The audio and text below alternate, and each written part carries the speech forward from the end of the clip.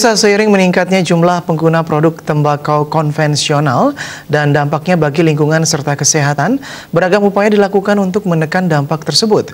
Produk tembakau alternatif atau pemerintah Indonesia menyebutnya hasil pengolahan tembakau lainnya dewasa ini semakin sering diperbincangkan. Jenis produk tembakau alternatif seperti rokok elektrik dan tembakau yang dipanaskan bukan dibakar, heat not burn, menjadi pilihan bagi perokok dewasa untuk mengganti rokok konvensional. Bahkan produk tembakau alternatif melalui sejumlah penelitian terbukti memiliki resiko lebih kecil dibandingkan produk tembakau konvensional. Produk tembakau alternatif ini sangat berbeda dengan produk tembakau konvensional. Perbedaan itu dapat dilihat baik dari sisi potensi resiko kesehatan maupun kontribusi bagi negara. Penanganan regulasi yang diterapkan pemerintah seharusnya juga berbeda.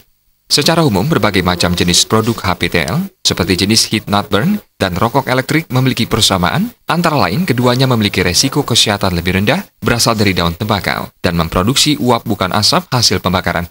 Dengan kata lain, kedua produk ini memakai tembakau sebagai komponen utama. Produk heat not burn mengandung komposisi daun tembakau yang diolah agar kompatibel dengan alat pemanas sebagai medium memanaskan batang tembakau.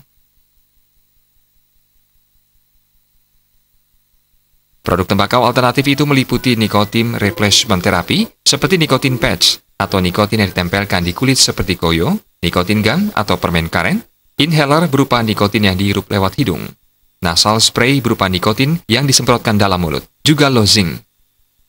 Kemudian produk tembakau tanpa asam dan produk tembakau organik yang tidak dibakar tetapi dipanaskan, serta produk Electronics Nicotine Delivery System (ENS) seperti rokok elektrik. Agung Ria dan Joko Andika, Bali TV.